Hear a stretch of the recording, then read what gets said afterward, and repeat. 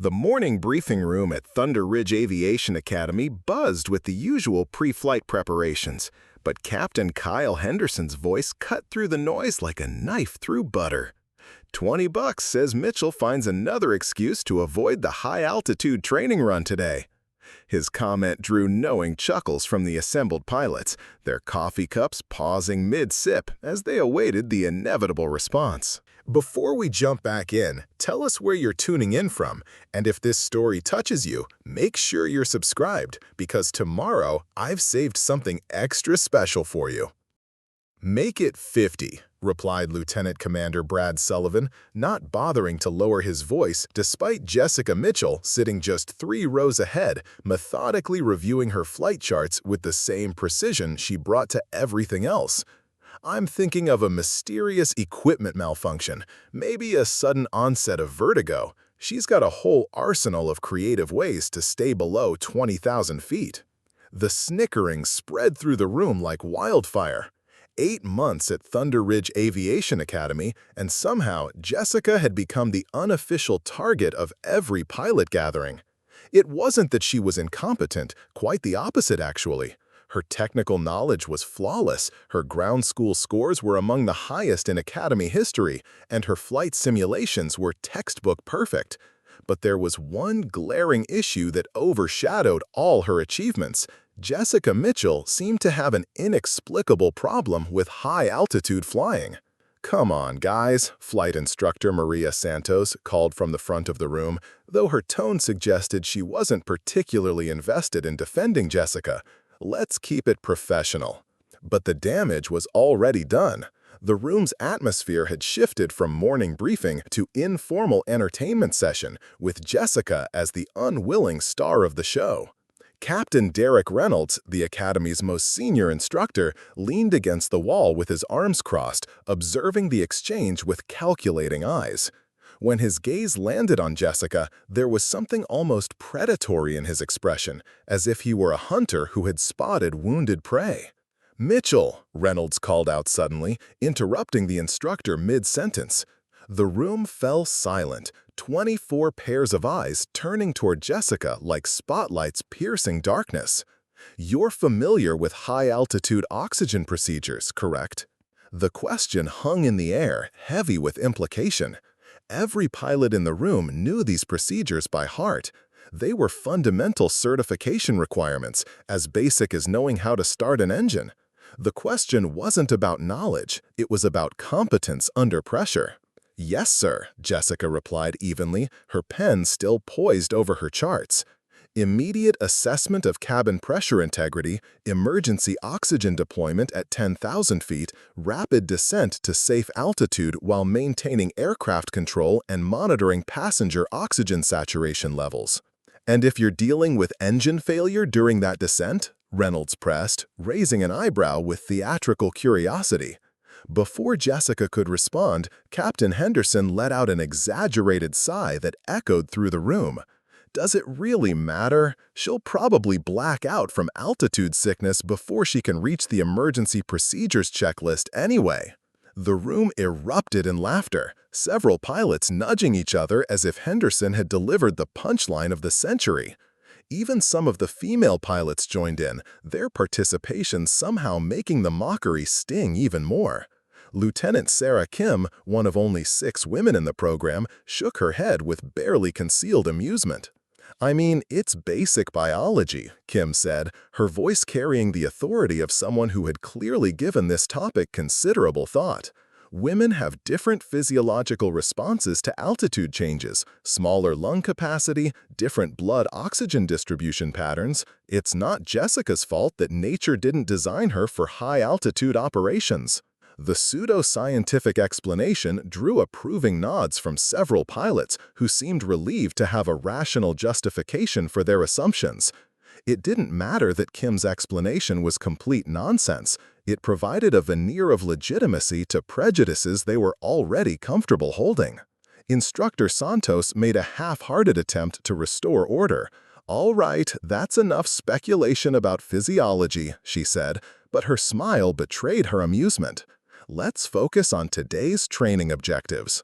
As the briefing continued, whispered side conversations flourished like weeds after rain. The Jessica Mitchell narrative had taken on a life of its own, growing more elaborate with each retelling. By the time Santos finished outlining the day's high-altitude navigation exercises, the story had evolved to include details that bore no resemblance to anything that had actually happened.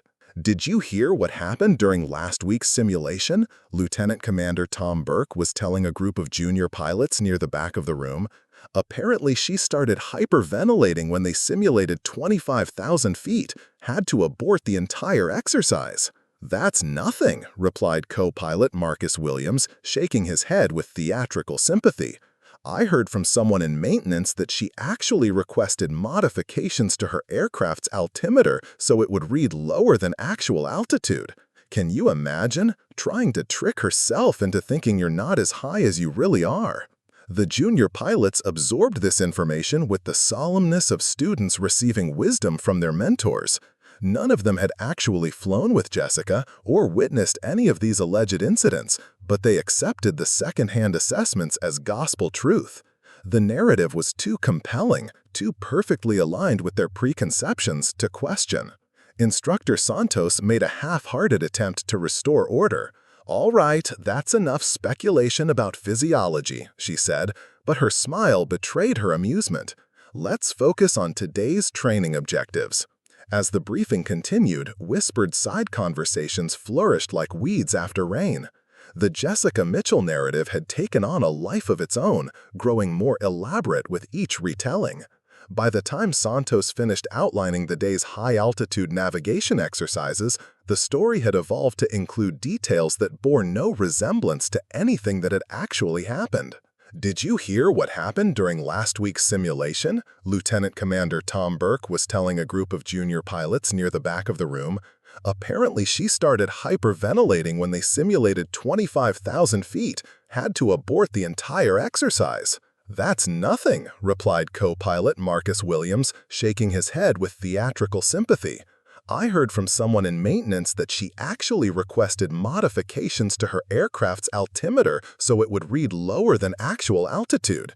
Can you imagine? Trying to trick herself into thinking you're not as high as you really are." The junior pilots absorbed this information with the solemnness of students receiving wisdom from their mentors. None of them had actually flown with Jessica or witnessed any of these alleged incidents, but they accepted the second-hand assessments as gospel truth. The narrative was too compelling, too perfectly aligned with their preconceptions to question. After the briefing dispersed, Jessica gathered her materials while the others filed out, many still chuckling at Henderson's joke. Flight instructor Carlos Rodriguez lingered near the door, waiting until most of the crowd had left before approaching with the careful demeanor of someone delivering unwilling news. "Hey, Jessica," Rodriguez said, his tone carefully modulated between professional concern and personal disappointment. "I wanted to talk to you about today's high-altitude training sequence. Given your particular challenges with elevation changes, maybe we should consider modifying your training schedule." Jessica looked up from her flight bag, meeting Rodriguez's gaze directly. "I appreciate your concern, Carlos, but I'm fully qualified and cleared for today's exercises. My medical certification is current, and my performance reviews are satisfactory." Rodriguez shrugged, a gesture that somehow managed to convey both resignation and superiority. "Look, I'm not questioning your technical knowledge. You're obviously book-smart. But there's a difference between understanding procedures on paper and executing them when you're fighting altitude sickness at 30,000 feet. Better to acknowledge limitations now than discover them in a crisis situation." The implications stung, not because they held any truth, but because they revealed how completely her colleagues had bought into their own fictional narrative. Jessica had been flying various aircraft for 12 years, had logged over 8,000 flight hours across multiple aircraft types, and had never once grounded herself due to altitude-related issues. Yet somehow, a few carefully crafted observations had been twisted into career-defining limitations. Later in the equipment room, the subtle harassment continued with military precision. Jessica was methodically checking her oxygen gear when Captain Anthony Torres, the squadron's most decorated pilot, approached her station with the confident stride of someone accustomed to having his opinions taken seriously. "Mitchell," he said, his weathered face arranged in what he probably thought was a mentoring expression, "got a minute for some friendly advice?" Jessica nodded and followed him to a quieter corner of the room, already steeling herself for another well-meaning suggestion that she find a way to avoid challenging assignments. Torres had been flying high-performance aircraft for 18 years, had seen combat in 2 different theaters, and carried himself with the authority that comes from surviving situations where mistakes meant death. "Look, kid," Torres began, his voice taking on the tone of a veteran dispensing hard-earned wisdom, "I've been watching your progress, and I've got to say, you've got excellent technical skills. Your knowledge base is solid, your attention to detail is impressive, and your ground performance is among the best I've seen. But flying isn't just about what you know, it's about how your body responds when the environment gets hostile." "Captain Torres," Jessica interrupted, allowing a hint of steel to enter her voice, "I'm perfectly capable of handling high-altitude operations. My physiological training scores were well within acceptable parameters." Torres raised his hands in a placating gesture, but his expression suggested he wasn't buying her confidence. Sure. Training scores are one thing, but real-world conditions are different. When you're at altitude and your body starts fighting you, when the oxygen gets thin and your vision starts tunneling, that's when you find out what you're really made of. And honestly, in my experience, women they process altitude stress differently. Not better or worse, just different. The careful phrasing couldn't disguise the underlying assumption. Torres genuinely believed that Jessica's gender made her inherently less suited for high-altitude operations, regardless of her training, experience, or demonstrated competence. The fact that he'd never actually observed her performance under challenging conditions seemed irrelevant to his assessment. "With all due respect, Captain," Jessica said, her professional mask firmly in place, "I've been flying high-altitude routes since my 2nd year of flight training. I'm not concerned about today's exercise parameters." "All right then," Torres replied, but his tone suggested he was humoring someone in denial about their limitations. "Just keep your options open up there. If you start feeling overwhelmed, don't be too proud to request lower altitude clearance.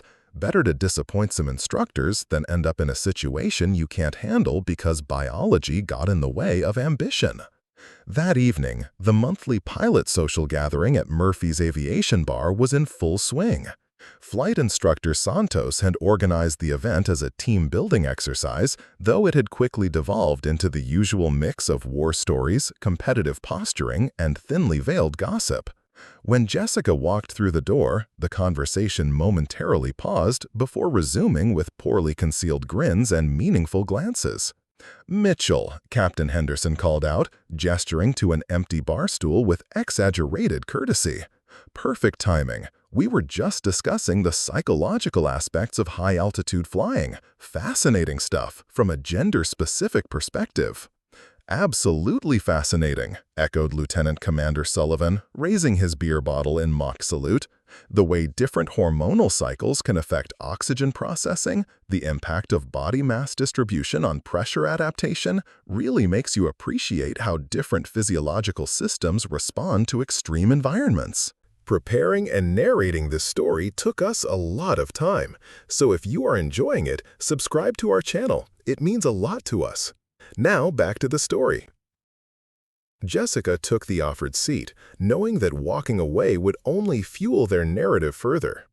Around the bar, other pilots watched the exchange with varying degrees of amusement and curiosity, treating her discomfort as evening entertainment. "You know," Lieutenant Kim chimed in from across the table, her voice carrying the authority of someone who had clearly researched this topic, "my sister-in-law had similar issues. Couldn't handle mountain climbing, got dizzy on tall buildings, had to take medication just to fly commercial. But she worked with this specialized therapist who helped her develop coping mechanisms for altitude anxiety. Gradual exposure therapy, breathing techniques, even some pharmaceutical interventions that really helped level the playing field. The suggestions began flowing like water from a broken dam, each offered with the kind of thinly veiled condescension that pretended to be helpful advice. Someone mentioned a pilot who'd overcome gender-specific altitude challenges through hormone therapy. Another shared a story about breathing techniques specifically designed for female physiology. A third pilot recommended meditation apps that were supposedly calibrated for women's stress responses. Jessica nodded politely at each suggestion, sipping her soda while letting the commentary wash over her like background noise. She'd learned long ago that protesting these assumptions only seemed to validate them in her colleagues' minds. Better to maintain her professionalism and let her performance speak for itself, even though her performance was being systematically dismissed as somehow inadequate despite all evidence to the contrary. Chief Flight Instructor Elena Rodriguez observed the exchange from the end of the bar, her sharp eyes missing nothing. At 42, Rodriguez had broken through more glass ceilings than most people knew existed, and her position as the Academy's first female chief instructor had been earned through a combination of exceptional skill and political savvy that few of her male colleagues could match. When she finally spoke up, her authoritative voice cut through the chatter like a blade. "That's enough amateur psychology for one evening," she announced, though something in her tone suggested she wasn't entirely convinced by Jessica's confident facade. "Mitchell knows what she needs to do tomorrow, same as all of you. I expect nothing but professional excellence from my trainees." Her intervention quieted the direct teasing, but couldn't stop the meaningful glances and whispered side conversations that continued throughout the evening.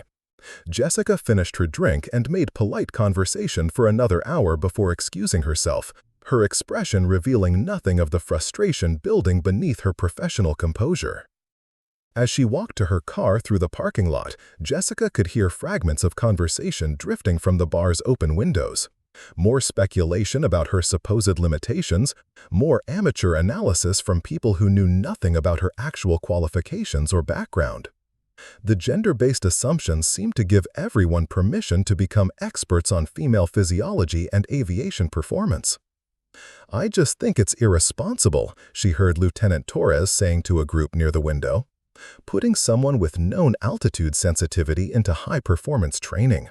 What happens when she's responsible for other people's lives? When she's flying commercial routes with passengers who are counting on her to handle emergency situations? The liability issues alone should be enough to reconsider her placement," added Captain Reynolds, his voice carrying the weight of administrative authority. "We're not running a social experiment here. Aviation safety doesn't care about equal opportunity employment guidelines." The next morning brought an atmosphere of heightened scrutiny that seemed to follow Jessica from the moment she entered the Academy grounds. Ground crew members who had worked with her dozens of times without incident now watched her with curious eyes, as if expecting to witness something unprecedented. The narrative had taken on such momentum that even people who should have known better were beginning to question their own observations. Jessica arrived 15 minutes earlier than required, as was her habit, parking her modest Toyota Camry in the trainee lot while luxury trucks and sports cars belonging to senior instructors gleamed under the morning sun. She carried herself with the same quiet professionalism that had become her trademark, her flight bag organized with military precision, her uniform impeccable despite the early hour. The operations center hummed with activity as controllers coordinated the morning's training flights. Jessica approached the flight planning desk, where meteorologist Dr. Jennifer Walsh was updating weather charts with data that had come in overnight. Walsh, one of the few women in technical positions at the Academy, looked up with an expression that seemed to shift slightly when she recognized who was asking. "Morning, Jen," Jessica said, setting down her coffee cup and pulling out her flight documentation. "How are those high-altitude conditions looking for today's training run?" Walsh hesitated momentarily, her fingers drumming nervously on the keyboard. She had heard the gossip, of course. In an academy this size, rumors travel faster than radio transmissions. "Well," she began, choosing her words carefully, "we've got some interesting atmospheric conditions developing. Wind patterns at 30,000 feet are showing some irregularities, And there's a high-pressure system moving in from the Pacific that could create some challenging turbulence patterns. She pulled up the radar display, pointing to swirling patterns that looked deceptively calm on the screen. Honestly, Jessica, it's going to be demanding even for our most experienced high-altitude pilots. The pressure differentials are significant, visibility could become marginal above 25,000 feet, and we're expecting atmospheric disturbances that could test anyone's physiological responses. Before Jessica could respond, Captain Henderson's voice boomed across the operations center with the confidence of someone who'd never questioned his own abilities. "Mitchell, just the person I was looking for." He strode over with his usual swagger, his uniform bearing the extra insignia that marked him as a senior flight instructor. Behind him trailed Lieutenant Commander Sullivan and Captain Lisa Kowalski, both wearing expressions that suggested they were about to witness something entertaining. "I was just reviewing today's training parameters for the high-altitude navigation exercise," Henderson continued, his tone suggesting concern while his eyes betrayed something else entirely. "Might be worth considering whether today's the best day for pushing personal boundaries when you're dealing with physiological limitations that could affect performance." The implication hung in the air like morning fog. Jessica met his gaze steadily, her voice remaining level. "The training parameters are within standard specifications, Captain. I'm fully prepared for today's exercises." Henderson exchanged a look with Kowalski, who stepped forward with the air of someone delivering medical advice. "Look, Mitchell, we've all heard about your concerns with altitude-related stress responses. No shame in it, really. It's just basic female physiology.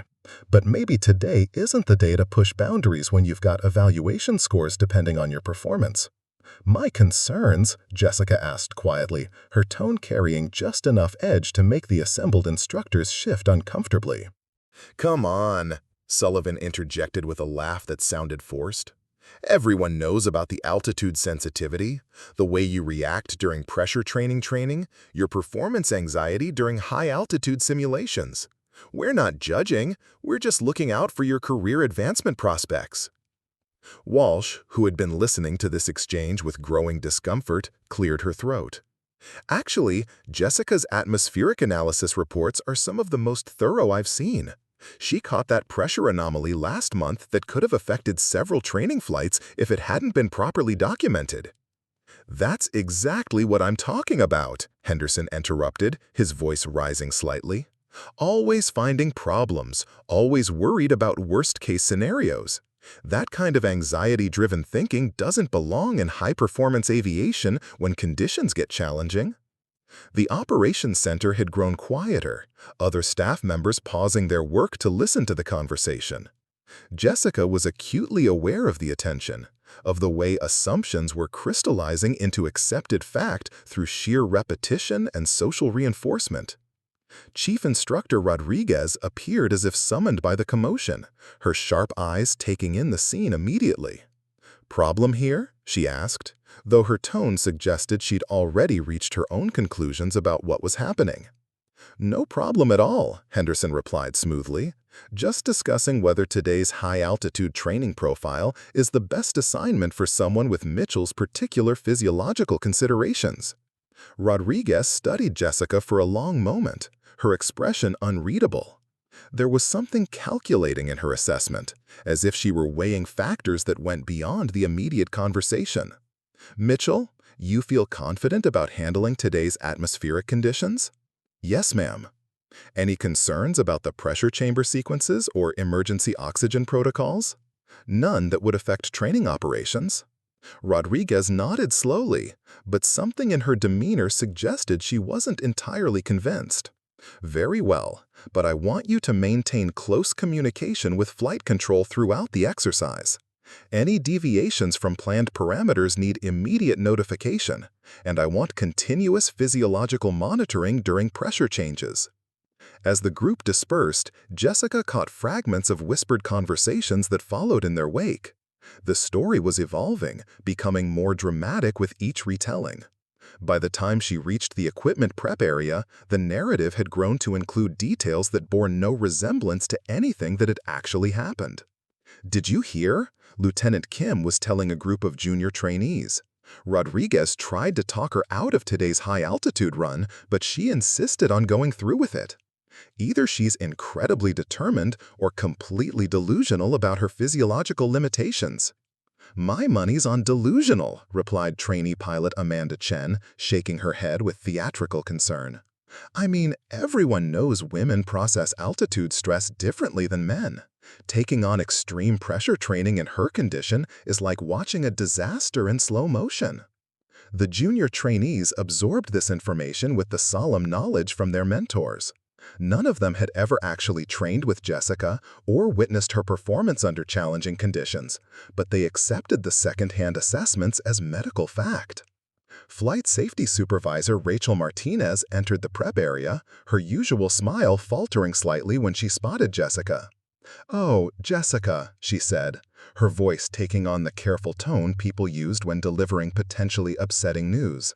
"I just wanted to let you know that we've briefed all monitoring personnel about today's high-altitude training sequence. Given the atmospheric forecast and we've made sure everyone knows the emergency physiological intervention procedures."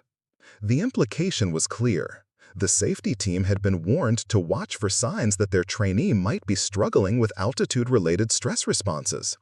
Jessica nodded acknowledgement, choosing not to point out that emergency physiological monitoring was standard procedure for all high-altitude training, regardless of who was participating.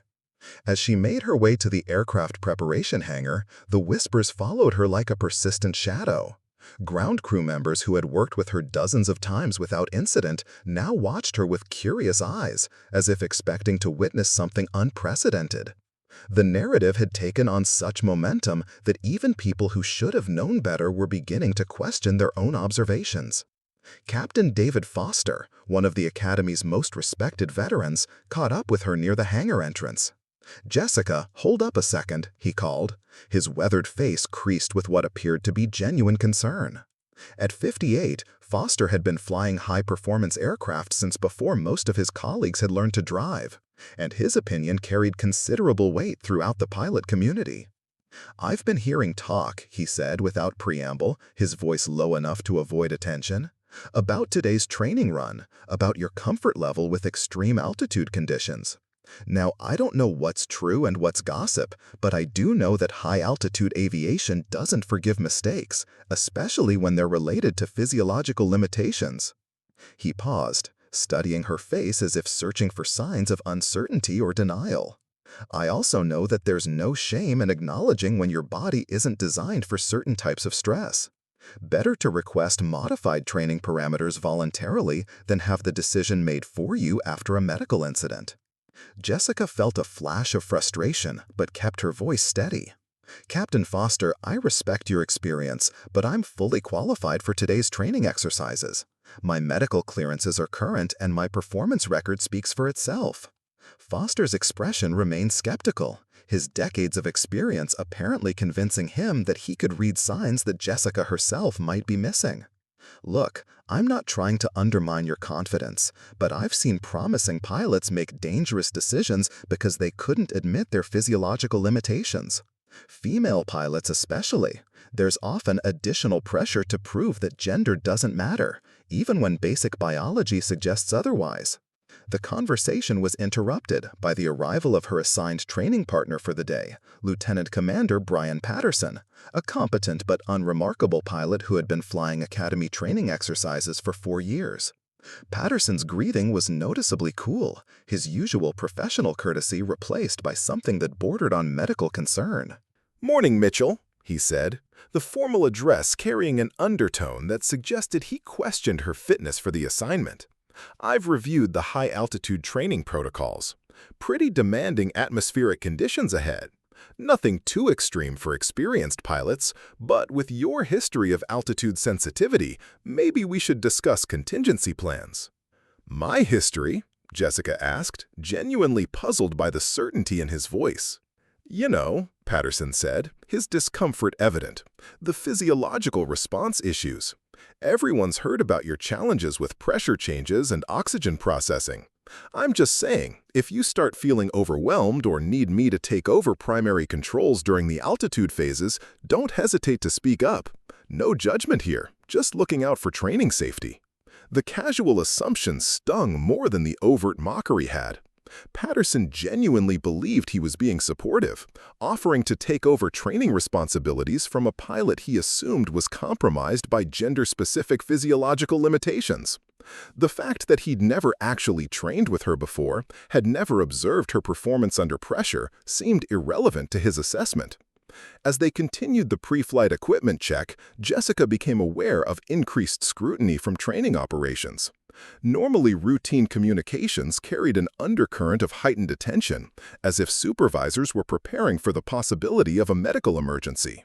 The equipment technician double-checked oxygen system calculations that were already accurate. The maintenance supervisor reviewed inspection logs that had been completed hours earlier. "Everything looks good mechanically," Supervisor Carol Thompson reported, her tone suggesting this was somehow surprising. Though with today's high-altitude parameters, you might want to consider requesting additional physiological monitoring equipment. Extreme altitude training can be unpredictable, especially when pilots are dealing with gender-specific stress responses. Even the Academy's medical staff seemed affected by the atmosphere. Dr. Sarah Mitchell, no relation despite the shared surname, appeared with a medical clearance form that Jessica had already completed the previous week. "Just wanted to double-check your physiological baseline measurements," Dr. Mitchell said, her professional demeanor carrying an undercurrent of concern. High-altitude training puts significant stress on cardiovascular and respiratory systems, and we want to make sure we have current data in case we need to intervene during pressure chamber exercises.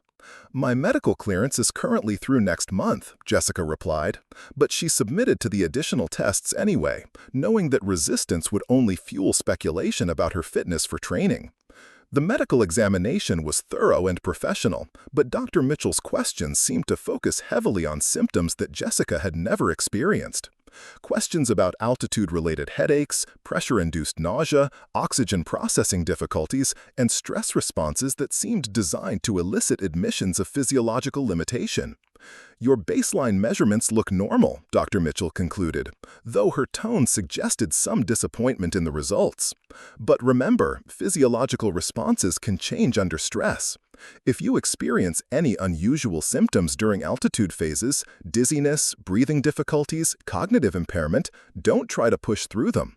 Female physiology processes altitude stress differently than male physiology, and what feels manageable at ground level can become dangerous at extreme altitudes." As Jessica left the medical facility with her clearance paperwork, she overheard Dr. Mitchell talking to her assistant about the examination. "Keep the emergency intervention team on standby during her training run.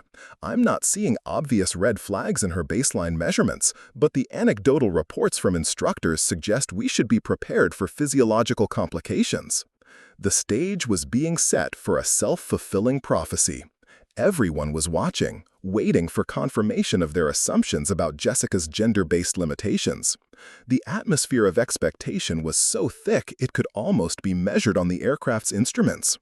What none of them realized was that they were about to witness something that would shatter every assumption they had made about female pilots, physiological limitations, and the true nature of competence under pressure.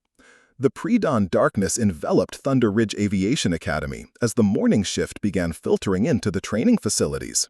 The high-altitude training exercise scheduled for 800 hours had attracted an unusual level of attention from Academy personnel, though officially it was just another routine training flight. Word had spread through the instructor lounge about Jessica Mitchell's determination to complete the extreme altitude certification despite what everyone believed were her physiological limitations. Jessica arrived 20 minutes earlier than required, parking her Toyota in the trainee lot while the chrome and steel of instructor vehicles gleamed under the security lights. The morning air carried the crisp bite of mountain elevation, a reminder that they were already at 7,000 feet above sea level before any aircraft left the ground. For most people, this altitude was barely noticeable. For someone supposedly suffering from altitude sensitivity, it should have been the first warning sign. The Flight Operations Center buzzed with pre-dawn activity as controllers coordinated training schedules across multiple aircraft and altitude zones.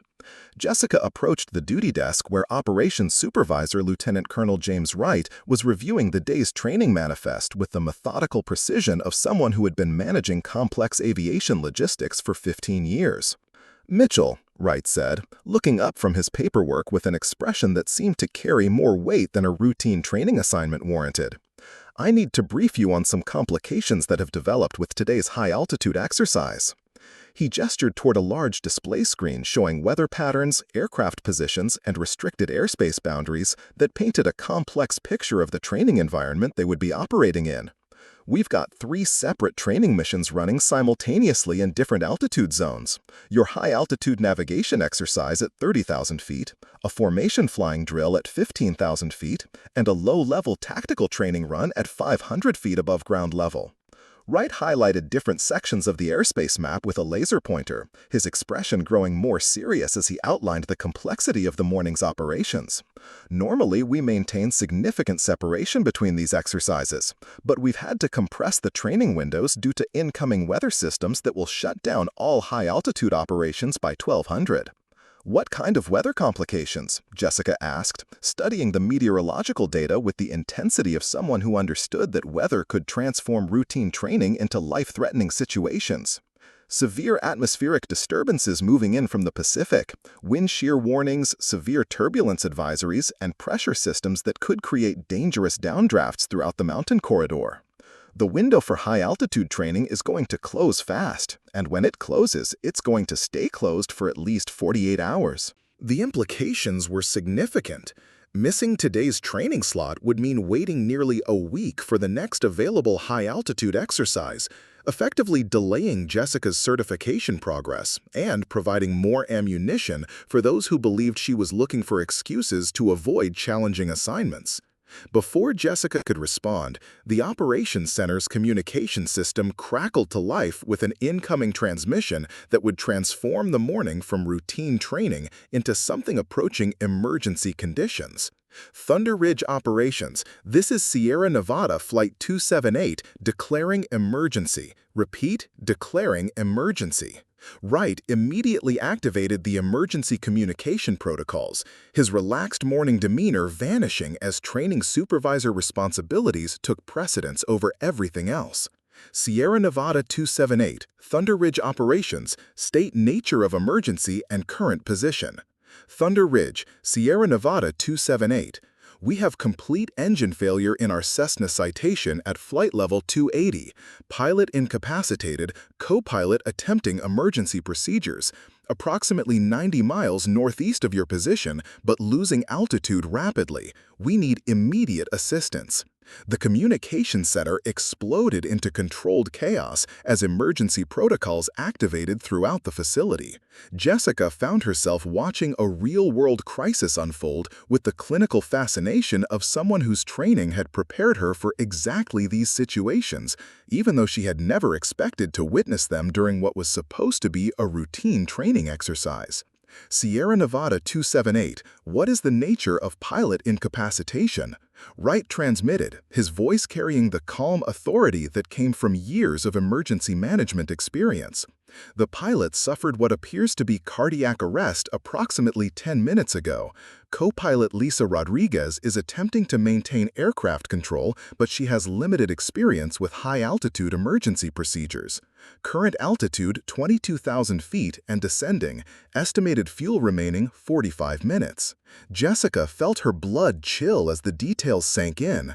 A pilot down, an inexperienced co-pilot fighting to control a complex aircraft at dangerous altitude, limited fuel, and incoming weather that would make any rescue attempt exponentially more difficult.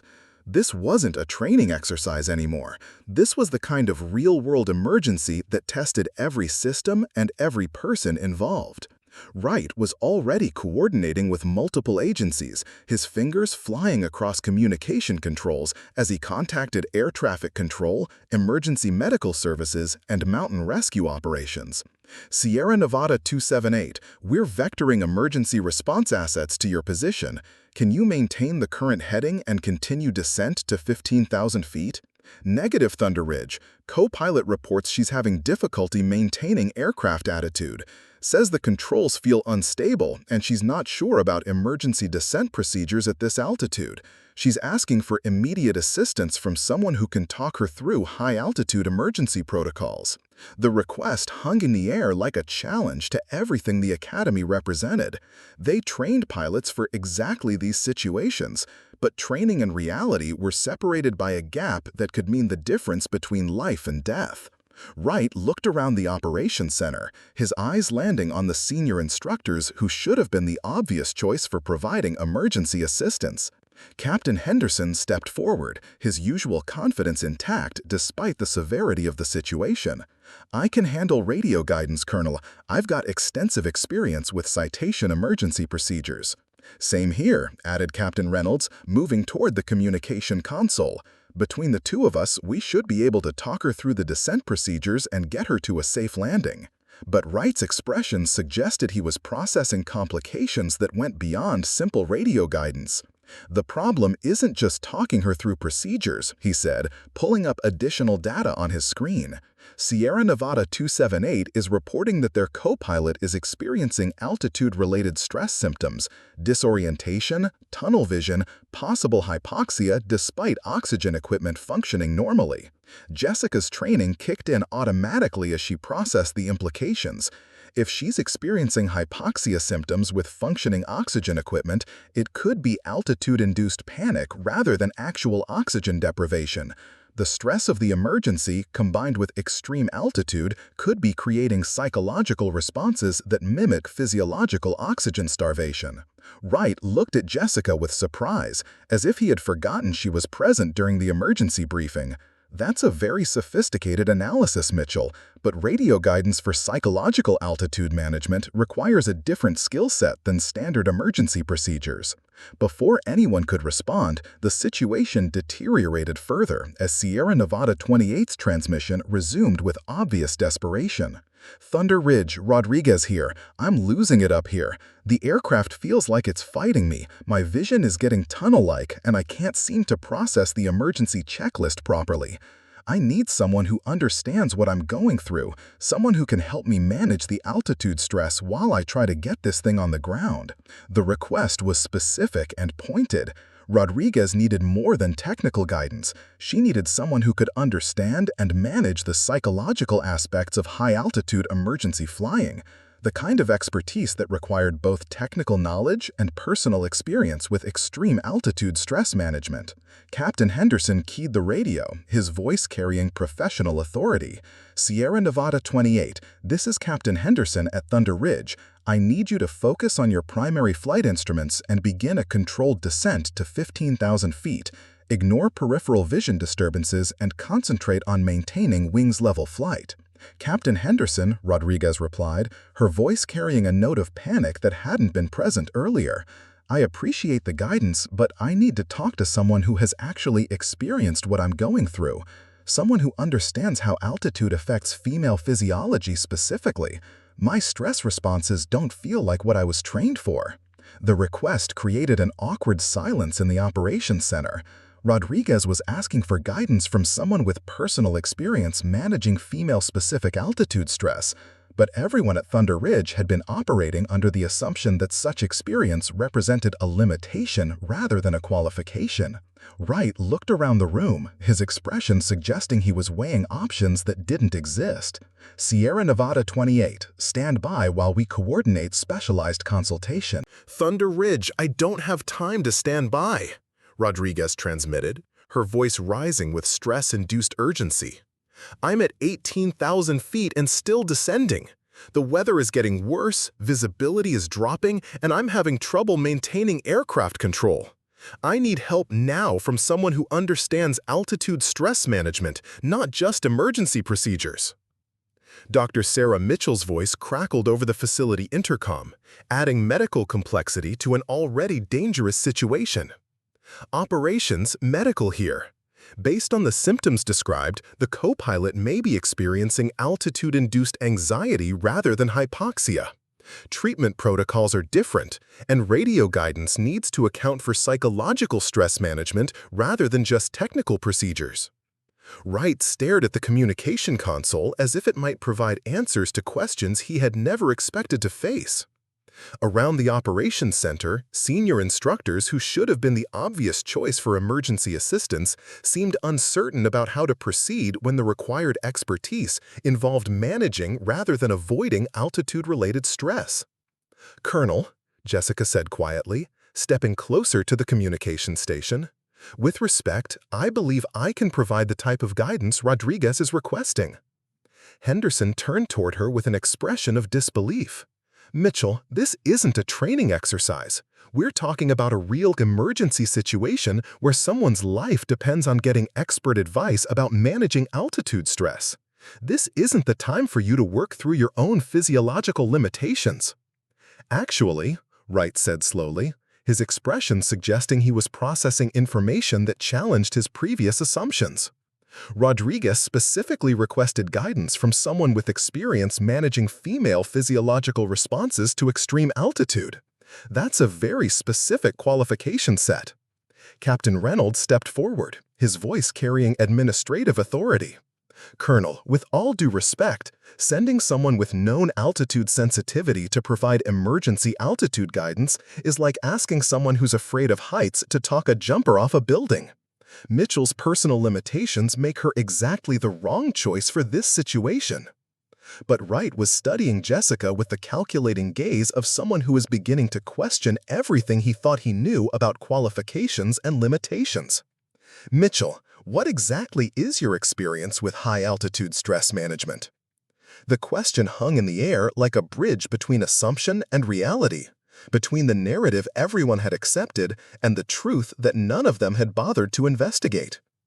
Outside the operations center windows, aircraft moved through the morning sky that would soon be dominated by weather systems that would ground all training operations for days. Somewhere in that sky, an inexperienced pilot was fighting to control an aircraft at altitude that was testing her physiological and psychological limits. She needed help from someone who understood not just the technical aspects of emergency flying, but the personal reality of managing extreme altitude stress. Everyone was watching Jessica, waiting for her response to a question that would either confirm their assumptions about her limitations or reveal something that none of them had been prepared to discover.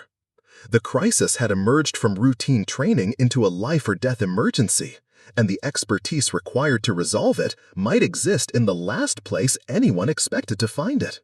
The operations center had transformed into a nerve center of barely controlled crisis management. Multiple communication channels crackled with updates from Sierra Nevada 278, while weather monitoring stations reported deteriorating conditions that were closing the window for any successful rescue operation. Lieutenant Colonel Wright stared at displays showing aircraft position, weather patterns, and fuel consumption calculations that painted an increasingly desperate picture. "Sierra Nevada 278, Wright transmitted, his voice carrying the weight of command decisions that could determine whether someone lived or died. "We're coordinating multiple rescue assets, but I need you to maintain the current descent rate and heading. How are you managing the aircraft controls?" "Thunder Ridge, Rodriguez here," came the strained response. "I'm at 16,000 now, but the aircraft feels unstable. Every time I try to adjust heading or altitude, my vision starts tunneling and my hands get shaky. I know the procedures intellectually, but my body isn't responding the way it should. I need someone who can help me manage the physiological stress, not just the technical procedures." Dr. Sarah Mitchell's voice cut through the communication traffic from the medical station. "Operations Medical. Based on voice stress analysis and symptom description, the pilot is experiencing altitude-induced anxiety cascade. Her oxygen saturation is probably normal, but stress hormones are creating secondary physiological responses that mimic hypoxia. This requires specialized psychological intervention, not standard emergency medical protocols." Wright turned toward the assembled senior instructors, his expression revealing someone who was discovering that expertise exists in unexpected forms. "Does anyone here have specialized training in altitude-induced psychological stress management?" Captain Henderson stepped forward with confidence that had carried him through 15 years of flight instruction. "Colonel, I've handled dozens of emergency situations. I can talk her through the standard stress management protocols while she executes the descent procedures. Dr. Mitchell interjected over the intercom. Standard protocols may not be sufficient. Female stress response patterns at extreme altitude involve different hormonal cascades than male responses. The intervention techniques need to account for those differences, which require specialized training that most pilots don't receive. Captain Reynolds moved toward the communication console, his administrative authority evident in every gesture. Doctor, with respect, emergency flying is emergency flying. Gender-specific physiology is a luxury consideration when someone's life is on the line. We need to focus on getting her on the ground, not conducting social experiments in crisis management. But Sierra Nevada 278's next transmission revealed the fundamental flaw in that reasoning. Thunder Ridge, I need to be specific about what I'm experiencing up here, Rodriguez transmitted, her voice carrying desperation that was becoming harder to control. My training covered standard hypoxia symptoms and general stress management. But what I'm feeling doesn't match what I was taught to expect. My peripheral vision is contracting, but not like hypoxia. My breathing is getting shallow, but oxygen levels seem normal. My hands are trembling, but not from cold or equipment vibration. She paused, and when her voice resumed, it carried vulnerability that made everyone in the operations center uncomfortable. I need to talk to someone who has actually experienced what I'm going through. Someone who knows how female physiology responds to extreme altitude stress and can guide me through managing those responses while maintaining aircraft control. The request was impossible to ignore and equally impossible to fulfill, given everything the Academy personnel believed about their available expertise. Wright looked around the room, his eyes landing on instructors who possessed extensive technical knowledge but had never needed to manage the specific type of physiological crisis that Rodriguez was describing. "Colonel," Jessica said quietly, her voice cutting through the tense atmosphere like a knife through silk, "I believe I have the qualifications Rodriguez is requesting." Henderson turned toward her with an expression that mixed disbelief with something approaching anger. "Mitchell, this is not the time for false bravado. Someone's life depends on getting accurate guidance from someone with real expertise, not theoretical knowledge from textbooks." "I'm not talking about textbook knowledge, Captain." Wright studied Jessica with the calculating gaze of someone who was beginning to suspect that he had been operating with incomplete information. "Mitchell, what specific experience do you have with altitude-induced stress management?" Before Jessica could respond, the situation deteriorated further as new complications emerged from multiple directions simultaneously. The weather monitoring station reported that the incoming storm system was moving faster than predicted, creating dangerous wind conditions that would make any emergency landing exponentially more difficult. "Operations, weather station," came the urgent transmission. "Severe weather alert. Wind shear warnings are now in effect for all altitudes above 10,000 feet. Turbulence reports coming in from multiple aircraft. The window for safe emergency operations is closing rapidly." Chief Instructor Rodriguez appeared in the operations center with the urgency of someone who had been monitoring the emergency from her administrative office. "Right, what's the current status? Are we looking at a potential aircraft loss?" "Ma'am, we have Sierra Nevada 278 at 14,000 feet with an incapacitated pilot and a co-pilot experiencing altitude stress that's affecting her ability to control the aircraft. Standard emergency guidance isn't addressing her specific physiological responses." Rodriguez's expression shifted as she processed the complexity of the situation. What kind of specialized guidance does she need? "Female-specific altitude stress management," Wright replied, his tone suggesting he was still processing the implications of that requirement. "Her symptoms don't match standard hypoxia or general stress protocols." "And our available expertise?" Wright gestured toward the assembled instructors with an expression that revealed the fundamental gap between what was needed and what was available. Rodriguez turned toward Jessica with an expression that seemed to be reassessing everything she thought she knew about her trainees. "Mitchell, you mentioned having relevant qualifications. What exactly are you talking about?" The question hung in the air like a challenge to every assumption that had been made about Jessica's capabilities and limitations. Around the operations center, senior instructors who had spent months mocking her supposed altitude sensitivity now found themselves facing the possibility that she possessed exactly the expertise needed to save someone's life. "Ma'am," Jessica began, her voice carrying a confidence that seemed to emerge from somewhere deeper than academy training.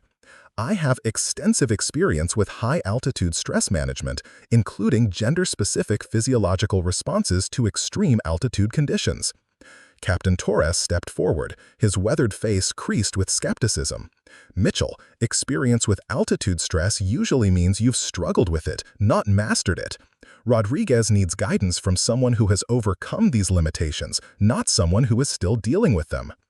"Actually, Captain," Jessica replied, her tone shifting subtly in a way that seemed to command attention from everyone present. "Experience with altitude stress management can mean something quite different than what you're assuming." Before anyone could respond, Sierra Nevada 288's transmission resumed with escalating urgency that cut through all theoretical discussions. "Thunder Ridge, Rodriguez here. I'm at 12,000 feet and the weather is getting worse. Visibility is dropping, wind is increasing, and I'm having trouble maintaining level flight. Whatever guidance you're going to provide, I need it now. My stress responses are getting worse, not better, and I can feel my control of the aircraft deteriorating."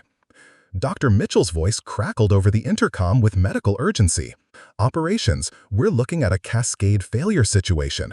If the pilot's stress responses continue escalating, she could lose the ability to maintain aircraft control entirely. Intervention needs to happen immediately."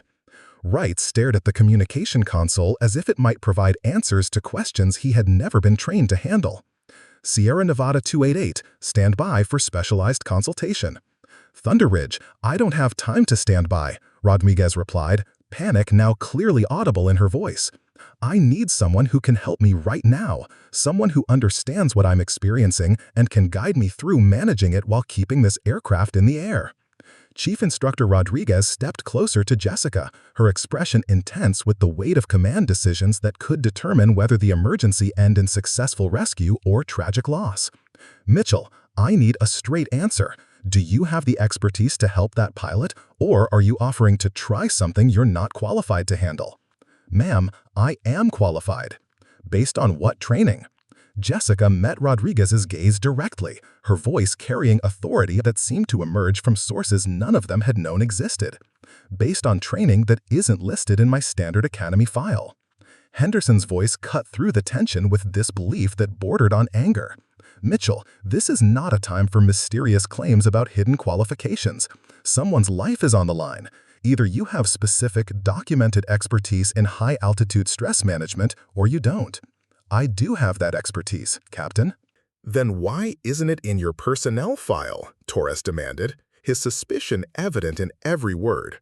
"Why would someone with specialized altitude training spend months appearing to struggle with basic high-altitude exercises?"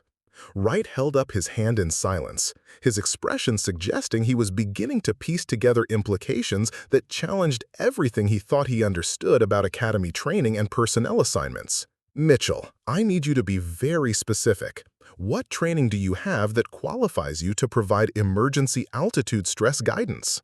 "Federal Aviation Administration Special Operations Certification, authorized for extreme altitude emergency intervention and psychological stress management under crisis conditions." The statement fell into the operations center like a bomb, creating silence that seemed to expand until it filled every corner of the room. Special operations certifications were extraordinarily rare, awarded only to personnel with exceptional qualifications and extensive specialized training that went far beyond standard pilot education. Captain Reynolds was the first to find his voice. "That's impossible. Special ops certifications require years of advanced training and field experience. Your file shows standard commercial pilot training with no military or emergency services background. My complete qualification records are maintained separately under federal security protocols," Jessica replied, her voice carrying the calm authority of someone who was finally able to speak truth after months of maintaining cover. "My academy file contains only basic certification information. Wright stared at Jessica as if seeing her for the first time. Are you telling me that you've been operating under some kind of cover assignment while attending academy training? Before Jessica could respond, Sierra Nevada 278's transmission cut through all other considerations with desperate urgency. Thunder Ridge, Rodriguez here. I'm losing control of the aircraft. Altitude 10,000 feet and descending too fast. Visibility near zero. Wind buffeting the aircraft beyond my ability to compensate. I need immediate guidance from someone who can help me manage my stress responses while executing emergency procedures. If you have someone with the right qualifications, I need them on the radio right now. Chief Instructor Rodriguez looked directly at Jessica, her expression revealing someone who was about to make a command decision based on information that challenged every assumption she had been operating under. Mitchell, if you have the qualifications to help that pilot, you're authorized to take over emergency communications immediately. But understand that if you're wrong about your capabilities, you could be responsible for the death of everyone aboard that aircraft. Jessica moved toward the communication console with the confident stride of someone who had been waiting months for exactly this moment. Ma'am, I understand the responsibility. As she reached for the radio controls, everyone in the operations center held their breath, waiting to discover whether the pilot they had mocked for months about altitude sensitivity was about to demonstrate expertise that existed far beyond anything they had imagined possible. Jessica's hand closed around the radio microphone with the practiced confidence of someone who had handled far more dangerous communications than academy training had ever suggested. As she adjusted the frequency controls, something fundamental shifted in her demeanor. The quiet, apologetic trainee who had endured months of mockery seemed to dissolve, replaced by someone who radiated professional authority that belonged in crisis management rather than classroom exercises. Sierra Nevada 278, this is Thunder Ridge Emergency Operations Special Consultant Mitchell, she transmitted, her voice carrying calm competence that cut through the static like a blade. I understand you're experiencing altitude-induced stress responses that are affecting aircraft control. I'm qualified in female-specific high-altitude physiological management, and I'm here to guide you through this situation. The response was immediate and filled with relief that was palpable even through radio static. Thunder Ridge, Rodriguez here. Thank God. I need someone who understands what I'm going through. My body is responding to this altitude in ways my training never covered. Around the operations center, senior instructors watched in stunned silence as Jessica began demonstrating expertise that existed far beyond anything her academy file had suggested.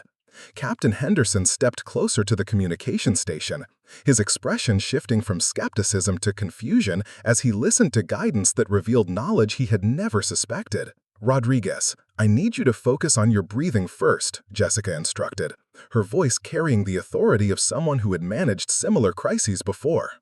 Female stress response patterns at altitude create different physiological cascades than male responses. Your peripheral vision contraction isn't hypoxia.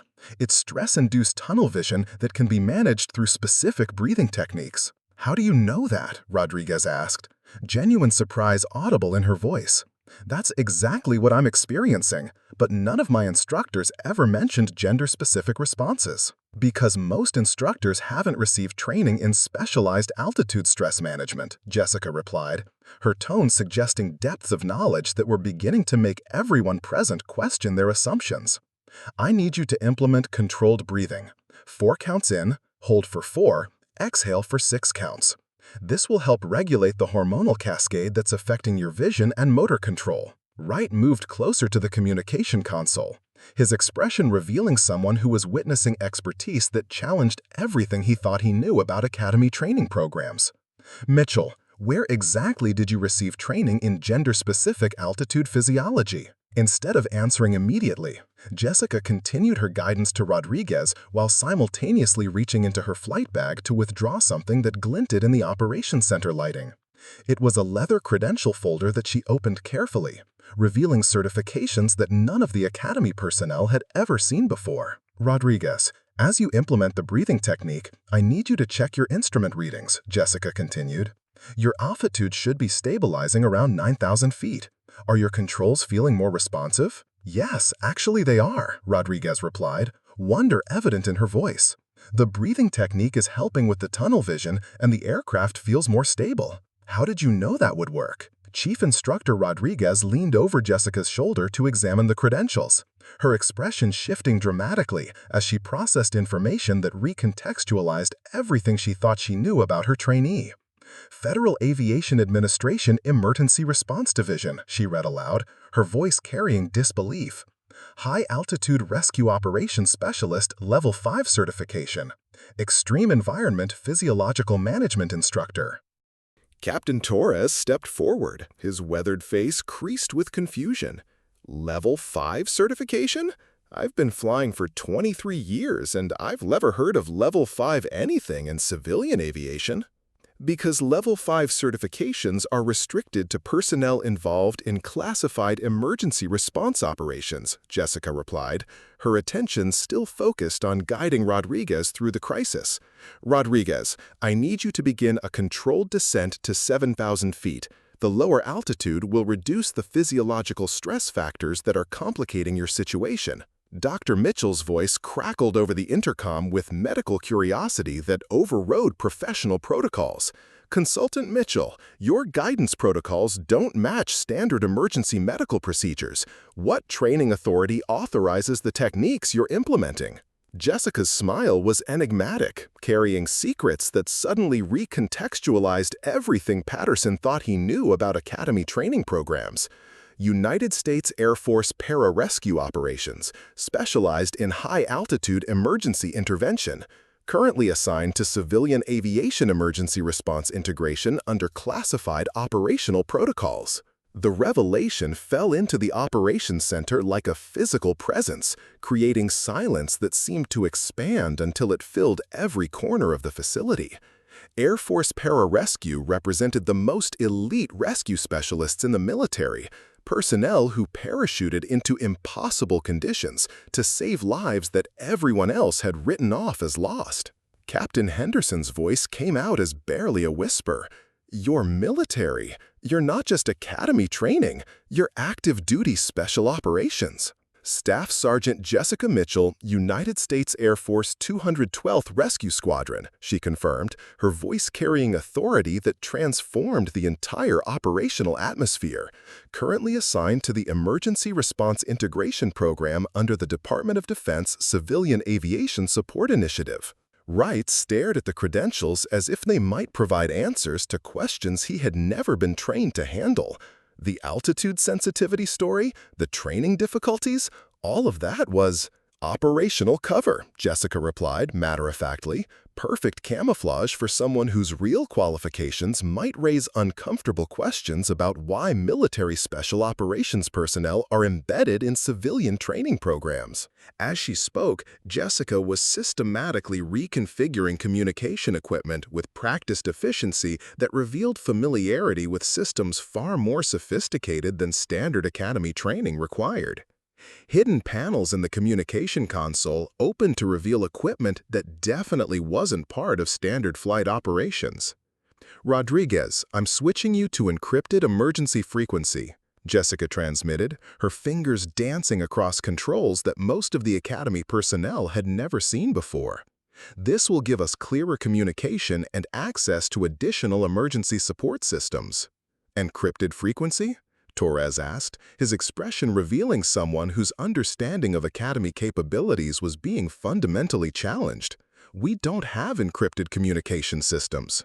You do now, Jessica replied, activating equipment that had apparently been concealed within standard Academy systems for months. Emergency Response Integration Program assets are pre-positioned in training facilities throughout the region, hidden in plain sight until crisis situations require their activation. Lieutenant Colonel Wright found himself staring at communication displays that were definitely not part of standard Academy equipment. How long has this equipment been here? 8 months, same timeline as my assignment to Thunder Ridge Academy. Captain Reynolds stepped forward, his administrative authority clearly shaken by discoveries that challenged his understanding of Academy operations. Are you telling me that we've been operating with embedded military personnel and concealed emergency equipment without our knowledge? Operational security requires compartmentalized information. Jessica replied, her attention focused on Rodriguez's situation while simultaneously managing communications with agencies that Wright was beginning to suspect existed far above his security clearance. Black Hawk Base, this is Guardian Rescue. I have active emergency intervention in progress, requesting immediate weather analysis and emergency recovery assets. The response came through communication channels that definitely weren't part of standard Academy systems. Guardian Rescue, Black Hawk Base, weather analysis confirms deteriorating conditions. Emergency recovery helicopters are airborne and proceed to intercept coordinates. Estimate 12 minutes to the operational zone. Henderson stared at Jessica as if seeing her for the first time. Guardian Rescue, that's not an Academy call sign. It's my operational designation for emergency response situations, Jessica explained, continuing to guide Rodriguez through altitude management while simultaneously coordinating with multiple agencies. Rodriguez, I need you to maintain the current descent rate and prepare for emergency recovery procedures. We have specialized assets inbound to assist with your situation. What kind of specialized assets? Rodriguez asked, her voice carrying curiosity that was beginning to override her earlier panic. Before Jessica could respond, the sound of rotors became audible through the operations center windows. Wright looked outside to see aircraft approaching Thunder Ridge Academy with the purposeful efficiency of military operations rather than civilian emergency response. Those are military helicopters, Torres observed, his voice carrying disbelief as he watched aircraft with no visible identification markings coordinate their approach with precision that suggested extensive pre-planning. Air Force Rescue Coordination Center assets, Jessica confirmed, her voice carrying calm authority as she managed multiple communication channels simultaneously. Rodriguez, you're about to receive direct guidance from aerial rescue specialists who will coordinate your emergency landing with ground-based recovery teams. Chief Instructor Rodriguez found herself watching operations that existed far beyond the scope of Academy training programs. Mitchell, how long have you been planning for this type of emergency response? We don't plan for specific emergencies, Jessica replied, her attention focused on communication displays that were providing real-time updates on weather, aircraft positions, and recovery asset deployment. We maintain constant readiness for crisis situations that exceed civilian emergency response capabilities. Dr. Mitchell's voice crackled over the intercom with medical curiosity. Staff Sergeant Mitchell, the altitude stress management techniques you're implementing with Rodriguez, are those standard Air Force protocols? Specialized training developed specifically for high-altitude rescue operations involving female personnel, Jessica explained, continuing to monitor Rodriguez's progress while coordinating with incoming recovery assets. Most civilian aviation programs don't include gender-specific physiological management because they're designed around statistical averages rather than individual optimization. Rodriguez, Guardian Rescue, Jessica transmitted, her voice carrying confidence that seemed to radiate through the radio waves. I need you to maintain heading 270 degrees and continue descent to 6,000 feet. You're going to see military aircraft approaching your position. Those are our recovery assets, and they're here to ensure your safe landing. Guardian Rescue, I can see helicopters approaching, Rodriguez replied, her voice now carrying wonder rather than panic. Are those here for me? Affirmative. You're about to experience emergency response capabilities that most people never know exist. Around the operations center, Academy personnel watched in stunned silence as their understanding of Jessica's capabilities, Academy operations, and emergency response systems was fundamentally altered.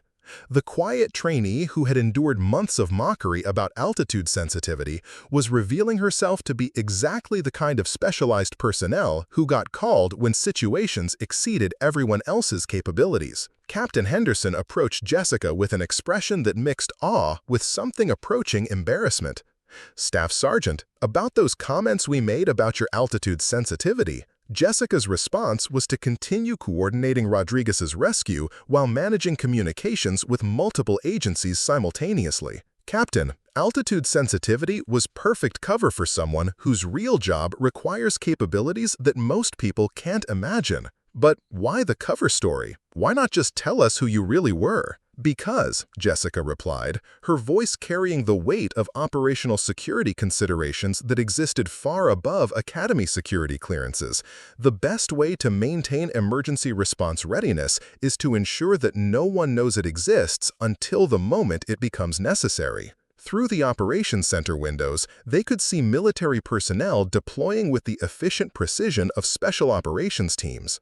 What had begun as a routine training exercise had evolved into a demonstration of emergency response capabilities that existed in the shadows of civilian aviation, ready to activate when crisis demanded expertise that exceeded normal operational parameters. The revelation was complete, but the rescue operation was just beginning.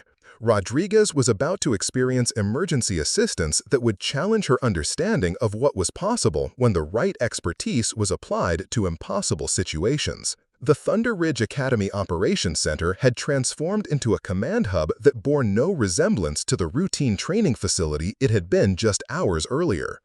Multiple communication channels crackled with updates from agencies that most Academy personnel had never heard of, while display screens showed real-time tracking of aircraft, weather systems, and emergency response assets converging on coordinates that would determine whether the morning ended in successful rescue or tragic loss. Guardian Rescue, this is Rescue 1, came the transmission from the lead military helicopter, the pilot's voice carrying the calm professionalism that marked elite emergency response operations. We have visual contact with Sierra Nevada 278 at 6,000 feet. The aircraft appears stable, but the pilot reports continued stress symptoms. Jessica's fingers moved across the communications console with practiced efficiency, coordinating multiple agencies while maintaining constant guidance for Rodriguez. Rescue 1, Guardian Rescue. Continue parallel tracking at a safe distance. I need real-time physiological monitoring data on the pilot to optimize stress management protocols. How is real-time physiological monitoring possible? Dr. Mitchell asked over the intercom, her medical training providing no framework for the capabilities being demonstrated. We don't have telemetry equipment aboard that aircraft. Emergency Response Integration Program assets include passive biometric monitoring through communication systems. Voice stress analysis, breathing pattern assessment, and involuntary motor response indicators provide comprehensive physiological profiles. Lieutenant Colonel Wright stared at the displays as if they might explain how routine academy systems had been transformed into sophisticated emergency command centers. These monitoring capabilities have been here the entire time, dormant until activation protocols are triggered, Jessica replied, her voice carrying the matter-of-fact tone of someone explaining standard operational procedures. Guardian Rescue to Sierra Nevada 278. Rodriguez, I'm showing improvement in your stress indicators. How are you feeling with the current altitude and breathing protocols? Guardian Rescue, much better, Rodriguez replied, her voice carrying relief that was audible even through radio static. The tunnel vision has cleared, my hands have stopped shaking, and the aircraft controls feel normal again. But I still don't understand what was happening to me up there. Female physiology processes altitude stress through different hormonal pathways than male physiology. Standard training protocols are based on statistical averages that don't account for gender-specific responses. What you experienced was normal female stress adaptation to extreme altitude, not a malfunction or weakness. Around the operations center, Academy instructors listened to explanations that challenged fundamental assumptions about aviation training and physiological limitations. Captain Henderson approached the communication station with an expression that mixed professional curiosity with personal embarrassment.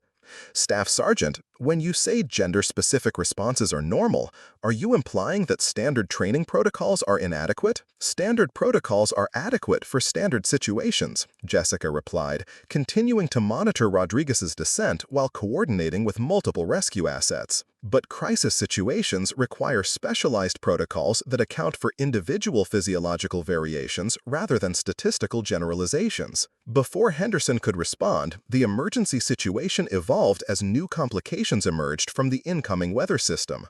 Rescue 1's pilot transmitted updated conditions that painted an increasingly challenging picture for the rescue operation. Guardian Rescue, Rescue 1. Weather deterioration is accelerating, visibility dropping to less than half a mile, wind gusts increasing to 45 knots, and we're seeing severe downdrafts throughout the valley approaches. Landing zone conditions are becoming marginal. Jessica's response demonstrated the kind of multi-dimensional crisis management that separated elite rescue operations from standard emergency procedures. Rescue 1, Guardian Rescue. Switch to precision landing protocols. I'm coordinating with ground assets to establish an enhanced recovery zone with full emergency medical support. Precision landing protocols? Captain Torres asked, his decades of flying experience providing no reference for the terminology being used. What exactly are precision landing protocols? Specialized procedures for emergency landings under extreme conditions, Jessica explained, her hands moving across control systems that were revealing capabilities far beyond standard Academy equipment. Black Hawk Base, Guardian Rescue. I need immediate activation of emergency landing assistance systems at Thunder Ridge Academy. Full precision approach capability with medical standby. The response came through channels that Wright was beginning to understand existed far above his security clearance. Guardian Rescue, Black Hawk Base, emergency landing systems activating, precision approach radar online, emergency lighting systems deploying, medical trauma team inbound via separate aircraft. Through the operations center windows, Academy personnel watched in amazement as their familiar training facility transformed before their eyes. Runway lighting systems that they had never seen before emerged from concealed installations, while precision approach equipment deployed with the efficiency of military engineering designed to remain hidden until needed. "This is impossible," Chief Instructor Rodriguez whispered, watching installations that definitely hadn't existed during morning facility inspections. "How can emergency systems this sophisticated be deployed without our knowledge?" Emergency Response Integration Program infrastructure is pre-positioned at strategic locations throughout the civilian aviation network. Hidden assets that remain dormant until crisis situations exceed civilian response capabilities. Sierra Nevada 278, Guardian Rescue, Jessica transmitted, her voice carrying absolute confidence as the rescue operation reached its critical phase. "I need you to follow precision approach vectors that will be transmitted directly to your navigation systems. Your aircraft instruments will show approach guidance that you haven't seen before. Trust the displays and follow the guidance exactly." "Guardian Rescue, I'm seeing new navigation information appearing on my screens," Rodriguez replied, wonder evident in her voice. "Precision approach data that's more detailed than anything I've ever used. How is this possible?" Emergency response systems include direct navigation assistance for crisis situations, Jessica explained, monitoring multiple data streams while coordinating the complex rescue operation. "You're receiving guidance from precision approach systems that exist specifically for situations like yours." The rescue operation was demonstrating capabilities that existed far beyond anything the Academy personnel had imagined possible. Captain Reynolds approached Jessica with an expression that revealed someone whose understanding of aviation emergency response was being fundamentally altered. "Staff Sergeant, these emergency systems, this level of coordination, how long has this capability existed?" "Emergency response integration has been operational for 7 years, Jessica replied, her voice carrying the calm authority of someone managing operations that she had trained for extensively. Embedded assets in civilian mediation facilities, pre-positioned equipment, and specialized personnel maintaining cover identities until crisis activation." "Rodriguez, Guardian Rescue," Jessica continued, her attention focused on the final phase of the rescue operation. "You're approaching Thunder Ridge Academy airspace. Continue following precision approach guidance and prepare for emergency landing procedures that will be coordinated by ground recovery teams." Through the operations center windows, they could see emergency response assets that had seemingly materialized from nowhere. Medical teams, specialized recovery equipment, and personnel who moved with the precision of military operations rather than civilian emergency response. "Guardian Rescue, I can see Thunder Ridge Academy," Rodriguez transmitted, her voice carrying amazement as she observed the transformation of the facility. The runway lighting looks like something from a major airport, not a training academy, and there are emergency vehicles everywhere. Affirmative. You're about to experience emergency landing support that ensures successful recovery even under extreme conditions, Jessica replied, coordinating final approach vectors while monitoring weather conditions that were continuing to deteriorate. The precision approach system guided Rodriguez through a landing sequence that demonstrated the kind of technological capability that most people never knew existed. Her aircraft touched down with textbook precision despite weather conditions that should have made landing extremely difficult. Guardian Rescue, Sierra Nevada 288 on the ground. Relief and wonder combining in her voice. Perfect landing, despite conditions I thought were impossible to manage. Around the operations center, Academy personnel watched emergency response teams coordinating Rodriguez's recovery with efficiency that revealed extensive training and preparation. Medical teams, aircraft recovery specialists, and security personnel moved with precision that spoke to capabilities that existed far beyond civilian aviation emergency response. Rescue 1, Guardian Rescue, Jessica continued, coordinating the final phases of the operation. Primary rescue successful. Continue monitoring for secondary emergency requirements. Guardian Rescue, Rescue 1, outstanding work. Pilot recovery complete, aircraft secured, medical evaluation in progress. Mission successful under extreme conditions.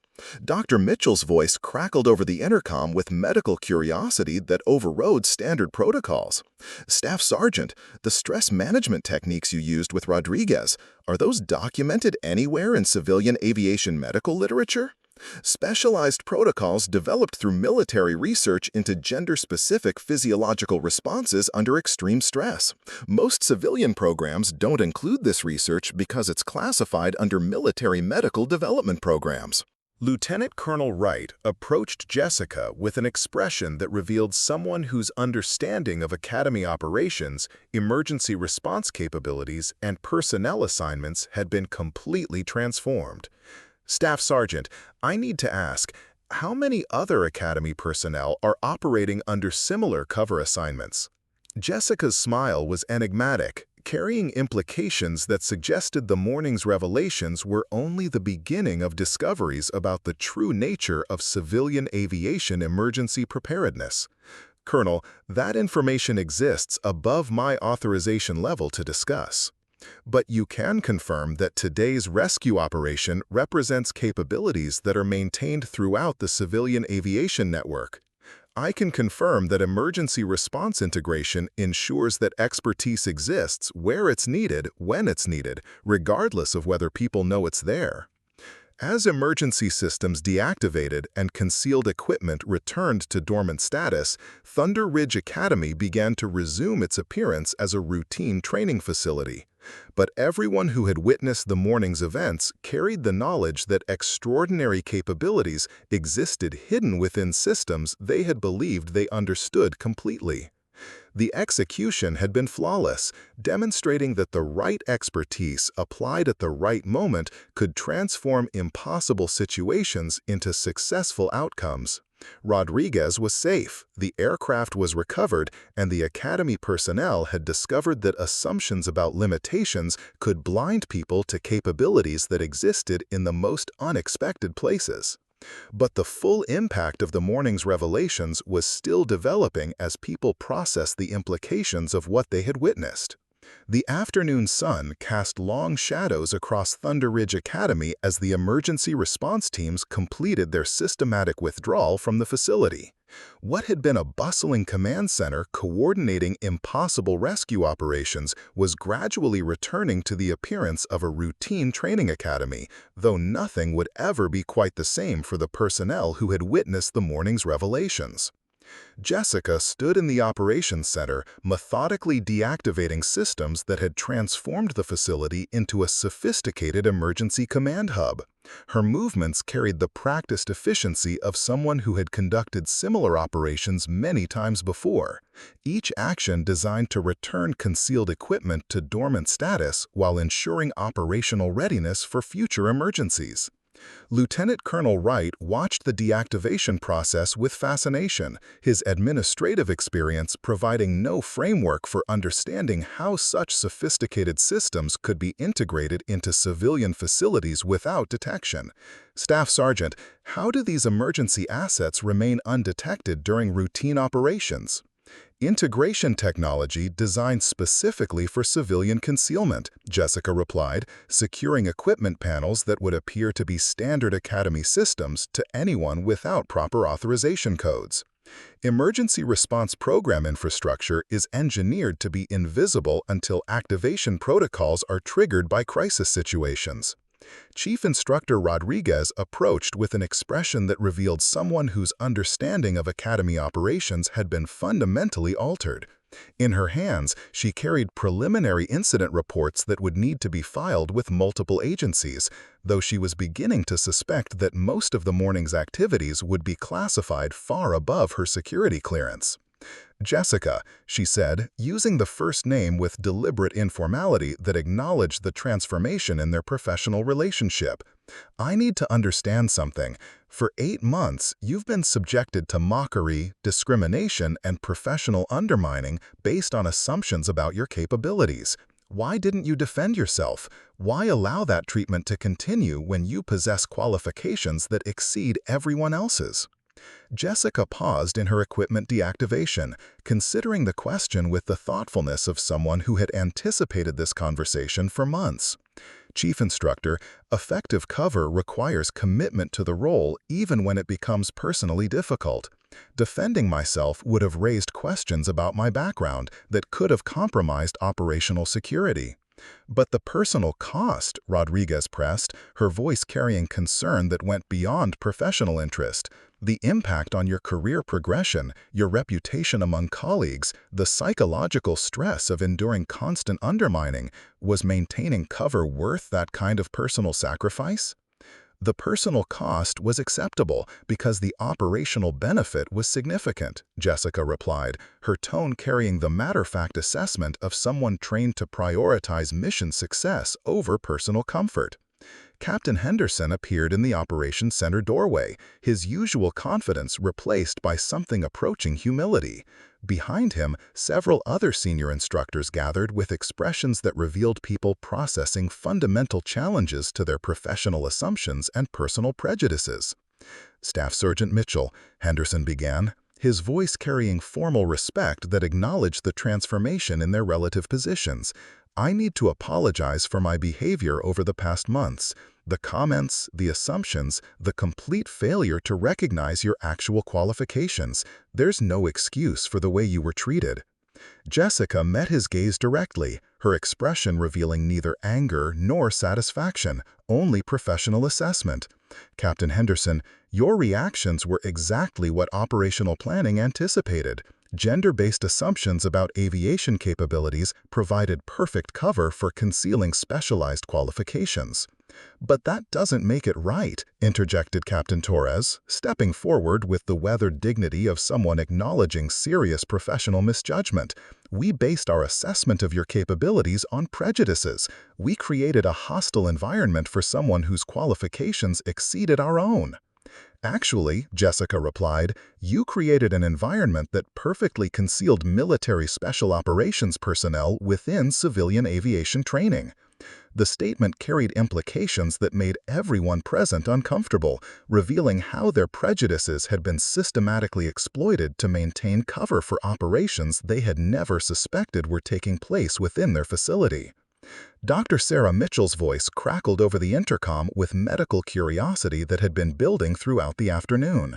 Staff Sergeant Mitchell, could you join me in the medical facility? I have questions about the gender-specific altitude stress management protocols you implemented during the rescue operation. Jessica nodded and made her way to the medical facility, where Dr. Mitchell waited with research materials and documentation that suggested extensive preparation for this conversation. The medical office had been transformed into what appeared to be a briefing room, with displays showing physiological data and research findings that definitely weren't part of standard civilian aviation medicine. Doctor, Jessica said, settling into a chair with the relaxed confidence of someone who was finally able to discuss her actual expertise. What specific aspects of the stress management protocols would you like to understand? Everything, Dr. Mitchell replied, her scientific curiosity overriding professional protocols. The techniques you used with Rodriguez, the physiological principles behind gender-specific altitude responses, the research foundation for those intervention methods, none of it appears in civilian aviation medical literature. Because it's based on military research conducted specifically for special operations personnel, Jessica explained, accessing files on her tablet that revealed documentation far more comprehensive than anything in Academy training materials. Air Force pararescue operations require understanding of how different physiological systems respond to extreme altitude under stress conditions. Dr. Mitchell leaned forward, her expression intense with the fascination of someone discovering entirely new areas of medical knowledge. Are you saying that civilian aviation medicine is missing crucial information about pilot performance under stress? Civilian aviation medicine is designed around statistical averages and standard operating conditions, Jessica replied, displaying research data that challenged fundamental assumptions about pilot training and physiological management. Military special operations medicine is designed around optimizing individual performance under extreme conditions that exceed civilian operational parameters. And this research suggests that gender-specific training protocols could improve pilot performance across civilian aviation? Significantly, Jessica confirmed, showing comparative data that revealed the limitations of current training approaches. But implementing such protocols would require acknowledging that current methods are inadequate, which creates institutional resistance to change. Their conversation was interrupted by the arrival of a delegation that Jessica had been expecting, but that surprised everyone else at the academy. 3 individuals in civilian clothing who carried themselves with obvious military bearing approached the medical facility with purposeful efficiency that suggested official business. Staff Sergeant Mitchell, the lead figure said, presenting credentials that identified him as Colonel Marcus Webb, United States Air Force Emergency Response Coordination. We need to conduct post-operation debriefing and discuss your next assignment parameters. Jessica stood and saluted with military precision that reminded everyone present that they were witnessing interactions between active duty personnel rather than civilian academy operations.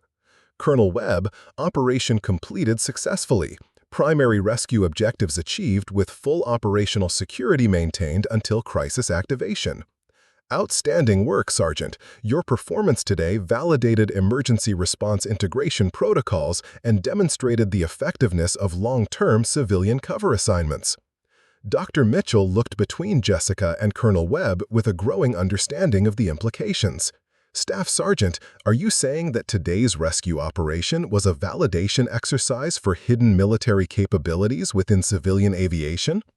Today's rescue was a real emergency that required real expertise, Jessica replied carefully. The fact that it also demonstrated the effectiveness of emergency response integration was a secondary benefit that will inform future operational planning. Colonel Webb stepped forward with information that would complete the transformation of everyone's understanding about the morning's events. Dr. Mitchell, Chief Instructor Rodriguez, Lieutenant Colonel Wright, you've witnessed classified emergency response capabilities that exist throughout the civilian aviation network. This briefing will inform you about the scope and implications of what you've seen. The briefing that followed revealed the existence of a comprehensive emergency response system that had been operating within civilian aviation for years without detection.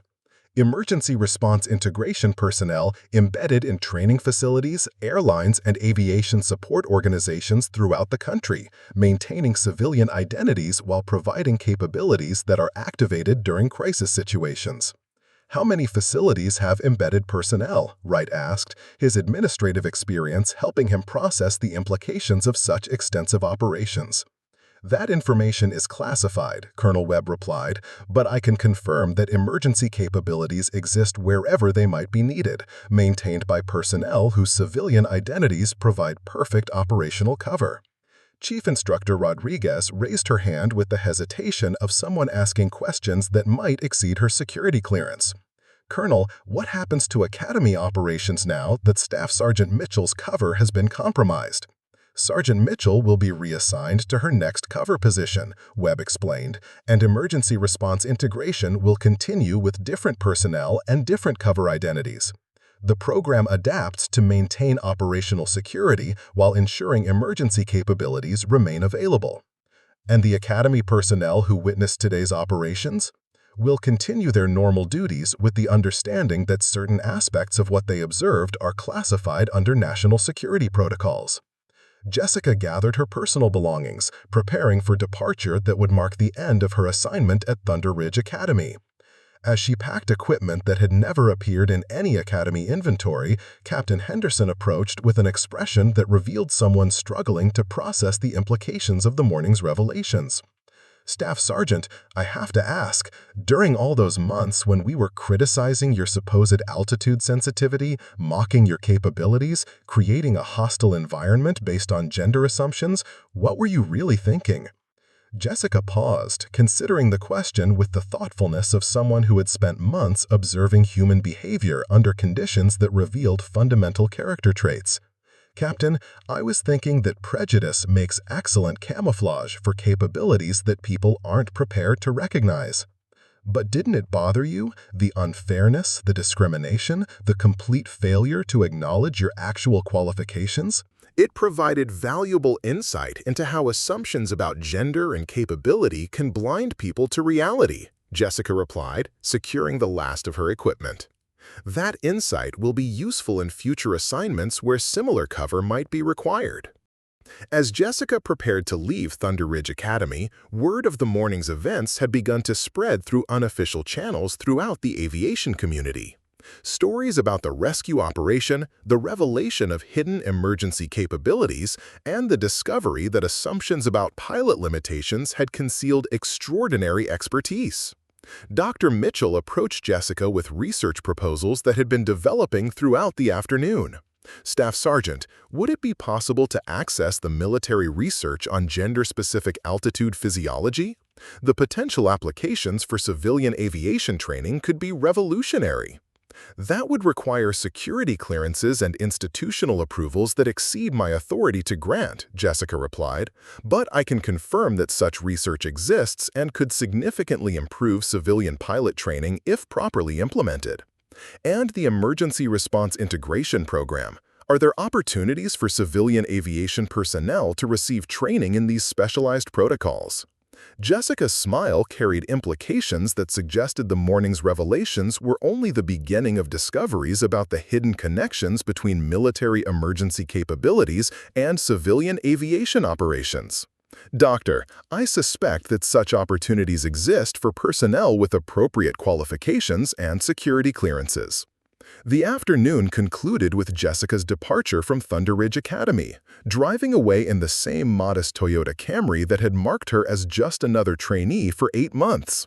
Behind her, Academy personnel continued processing the implications of discovering that extraordinary capabilities could be hidden in the most ordinary circumstances. Chief Instructor Rodriguez stood in her office reviewing incident reports that would somehow need to explain the morning's events without revealing classified information. The challenge was documenting a successful emergency response operation while concealing the true nature of the capabilities that had made that success possible. Captain Henderson found himself in the instructor lounge, surrounded by colleagues who were struggling to understand how they had so completely misjudged someone whose qualifications exceeded their own. The conversation centered around fundamental questions about assumption, prejudice, and the recognition of capability in unexpected forms. "The thing that bothers me most," Torres was saying, "isn't that we were wrong about her limitations. It's that our assumptions were so strong that we couldn't see evidence that contradicted them." "Evidence that was deliberately concealed," Reynolds pointed out, though his tone suggested he was looking for justification rather than explanation. "But was it really concealed?" Henderson asked, his voice carrying the weight of someone reconsidering months of interactions. "Or did we simply refuse to see what was actually there because it didn't match our expectations?" The question would continue to resonate throughout Thunder Ridge Academy as personnel processed the implications of discovering that their understanding of capability, limitation, and professional competence had been fundamentally challenged by someone who had hidden extraordinary expertise behind carefully constructed assumptions about gender and altitude sensitivity. Months later, stories about the Thunder Ridge rescue would become legend within the aviation community, though most people would never learn the complete truth about emergency response integration or the scope of hidden capabilities that existed within civilian aviation operations. What they would remember was that assumptions about limitation could conceal extraordinary capability, and that the most dangerous prejudice was the one that prevented recognition of excellence hiding in plain sight. The mountains surrounding Thunder Ridge Academy stood eternal and unchanging, indifferent to human drama, but eternally respectful of those rare individuals who possessed the courage and skill to challenge the impossible and win. Somewhere in the civilian aviation network, other emergency response integration personnel continued their cover assignments, maintaining ordinary identities while preparing for extraordinary situations that would test human capability against the limits of what was possible. The story of Jessica Mitchell would serve as a reminder that excellence could exist anywhere, concealed behind assumptions that revealed more about the observers than the observed, waiting for the moment when crisis demanded the best of human capability and courage. Up next, you've got two more standout stories right on your screen. If this one hits the mark, you won't want to pass these up. Just click and check them out. And don't forget to subscribe and turn on the notification bell so you don't miss any upload from us.